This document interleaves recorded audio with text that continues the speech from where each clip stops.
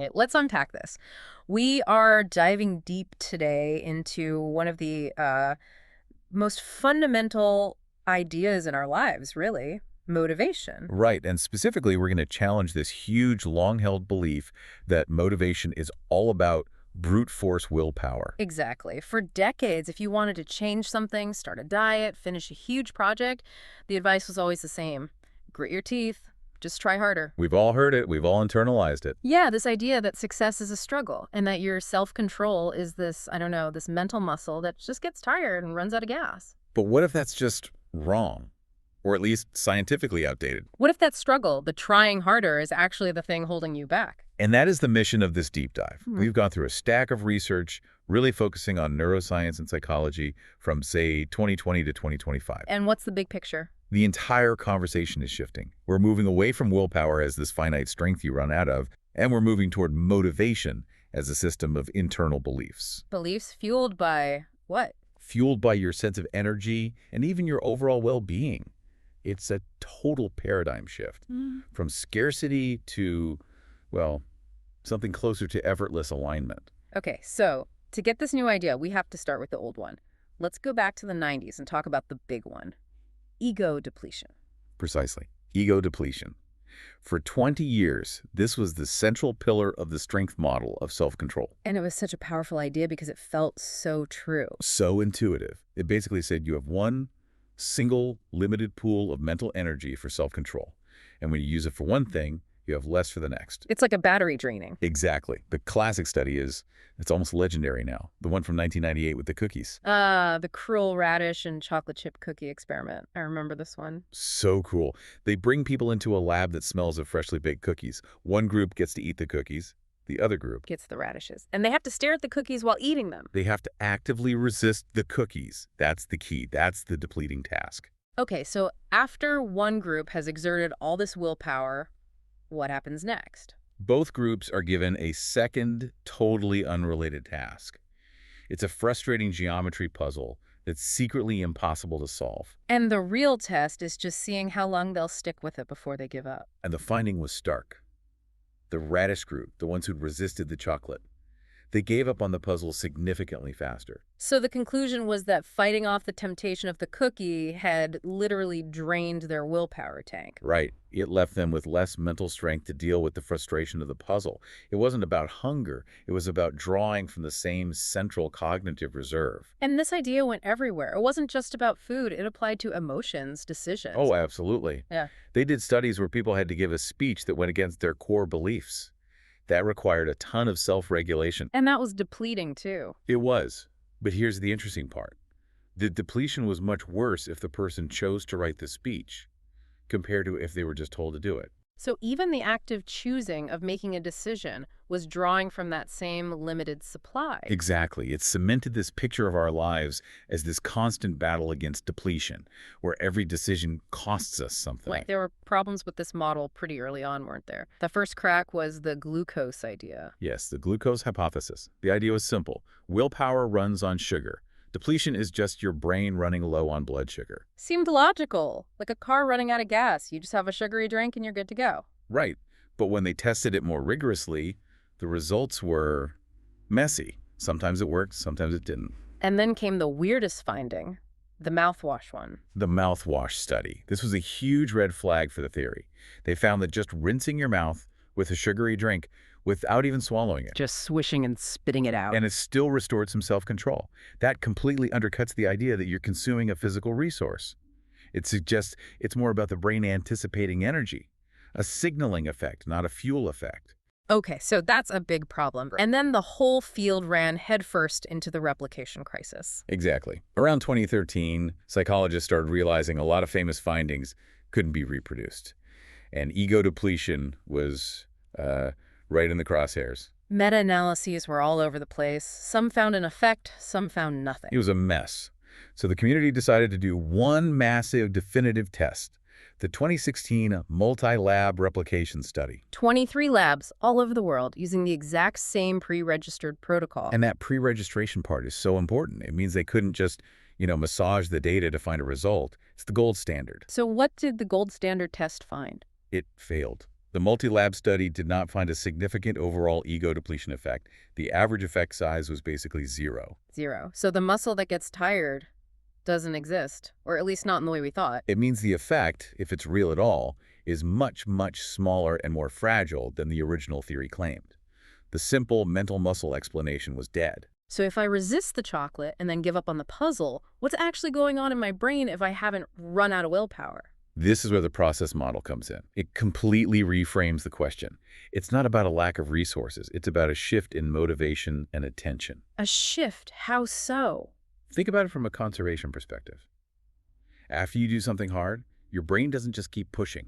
It starts to look for reasons to stop and conserve energy. So it's not that the tank is empty, it's that my internal GPS has just rerouted me to the nearest rest stop. That's a perfect analogy.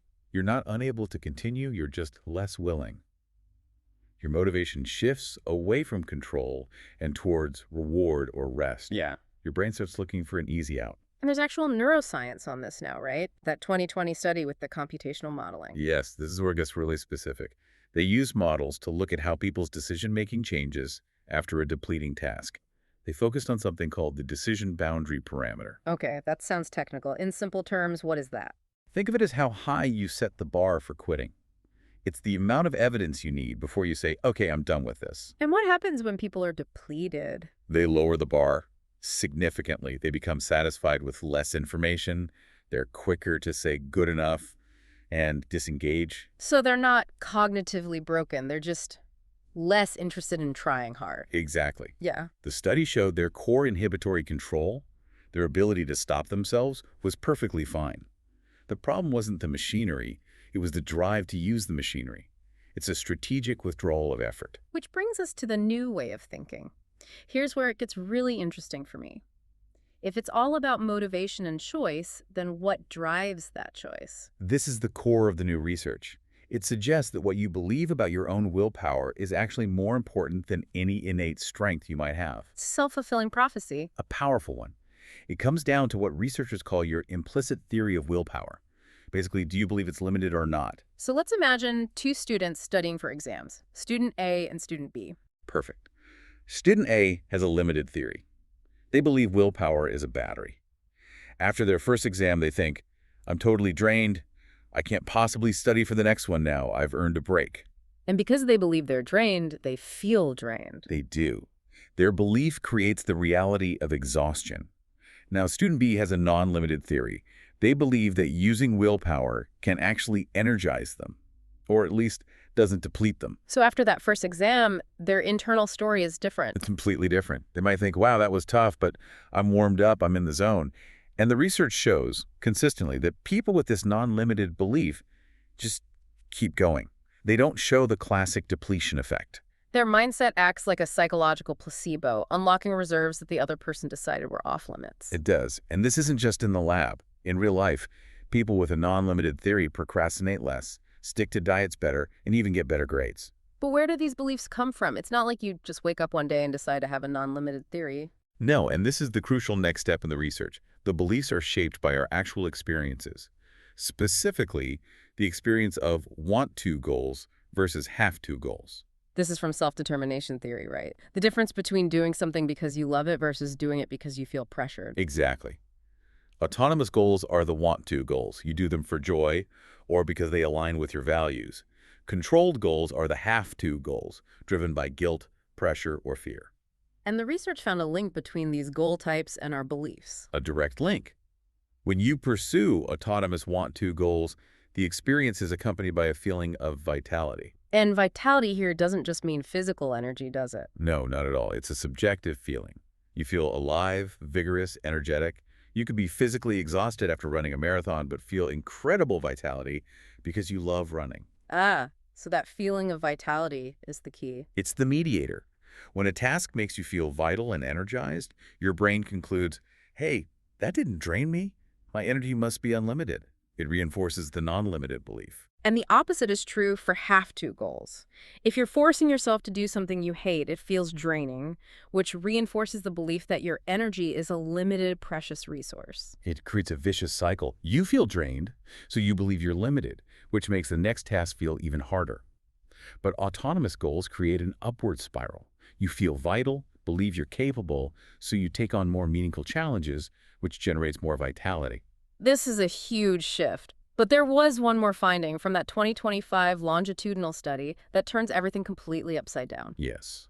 The age-old question, does discipline lead to happiness, or does happiness lead to discipline? The story we're always told is that you have to be disciplined first. Suffer now, delay gratification, and then you'll earn happiness later. The researchers wanted to test that causal arrow. They tracked people over time in both the US and Asia, measuring their self-control and their psychological well-being, And they used a very specific, very advanced statistical model to do it. the RICOPM. All you need to know is that it's designed to figure out if a change in X at one point in time causes a change in Y later on. It's as close as you can get to proving causality outside of a lab. So, did higher self-control today lead to more happiness 6 months later? It did not. The data was clear. Being more disciplined in and of itself did not reliably make people happier or improve their well-being down the line. That is a staggering result. All that grim determination doesn't necessarily pay off in the way we think. It doesn't. But the reverse was true. And it was a very strong, very consistent finding. Let me guess. Higher well-being first. Consistently predicted later improvements in self-control. So feeling well precedes functioning well. Happiness isn't the reward for discipline, it's the fuel for it. That's the single most important takeaway. Well-being, feeling happy, optimistic, energetic, is the high-octane fuel that powers the engine of self-control. It makes you more resilient, more creative, and better able to handle setbacks. So if you want to be more disciplined, the first and best strategy isn't to force yourself, it's to find ways to make yourself happier. That's what the science is pointing to. You tend to the fuel source first. Okay, so this all sounds like a complete overthrow of the old model. But let's connect it to the bigger picture. Is the idea of a limit completely dead? Or are there times when the old rules still apply? That's the critical question. And no, it's not completely dead. Mindset is incredibly powerful, but we are still biological systems. There's a breaking point. There is. These motivational boosts, believing you're unlimited, getting a big reward, they work really well under conditions of mild depletion. Like after one tough task. Right. But when researchers push people into a state of severe depletion, like multiple back-to-back incredibly draining mental tasks, When you really truly hit the wall. then the effects of motivation and belief just vanished. At that point, the tank is genuinely running on fumes, and no amount of positive thinking can change that. And didn't one study find that a positive belief actually made things worse under severe depletion? It did, which is so counterintuitive. People who were told their willpower was unlimited performed worse than those who were told it was limited. Why would that happen? The theory is that the unlimited belief made them push too hard for too long. They ignored their body's early warning signs of exhaustion. The people who thought their resource was scarce were more likely to pace themselves. So they conserved energy and had a little more left at the very end. It's a reminder that mindset isn't magic, it works within biological constraints. Exactly. And the smartest way to manage all of this is to avoid needing that kind of heroic willpower in the first place. And that's where habits come in. The ultimate workaround, making the right behavior automatic so it doesn't cost you any effort. And recent studies on habit formation found something fascinating. They tracked people for 3 months trying to build new habits, like exercising or eating fruit. And they looked at whether people with high trait self-control, people who are just generally disciplined, were better at it. And they weren't. High general self-control did not predict how quickly someone formed a new habit. So being a disciplined person in general doesn't give you a head start on building a new specific habit. Apparently not. The single biggest predictor of forming a habit was just Doing the thing. the sheer consistency of the behavior. Yeah. Just repeatedly doing the action in the same context. That's what builds automaticity, regardless of how much willpower you think you have. Once it's a habit, it operates outside of this whole effortful system. Okay, let's pull all these threads together. We've gone from a simple, intuitive idea of a mental muscle, To seeing that it's mostly a motivational issue. and that our beliefs, shaped by our experiences, dictate our capacity. And most radically, that well-being isn't the prize you get at the end. It's the fuel you need to start the race.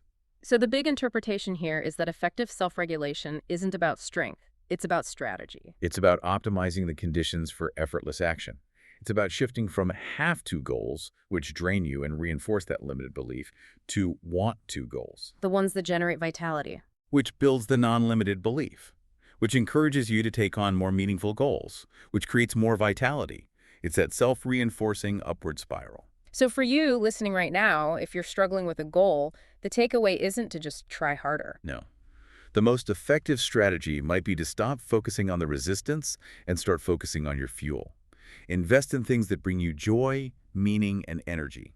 Fill the tank first. That is a massive paradigm shift. It's not about white-knuckling it. It's about finding the autonomy, the want to, that makes the effort itself feel energizing. And that brings us to a final thought for you to chew on. The pursuit of self-control doesn't have to be this grim, joyless struggle. In fact, the research suggests that to become more disciplined, the most effective strategy is to actively cultivate joy and meaning in your life.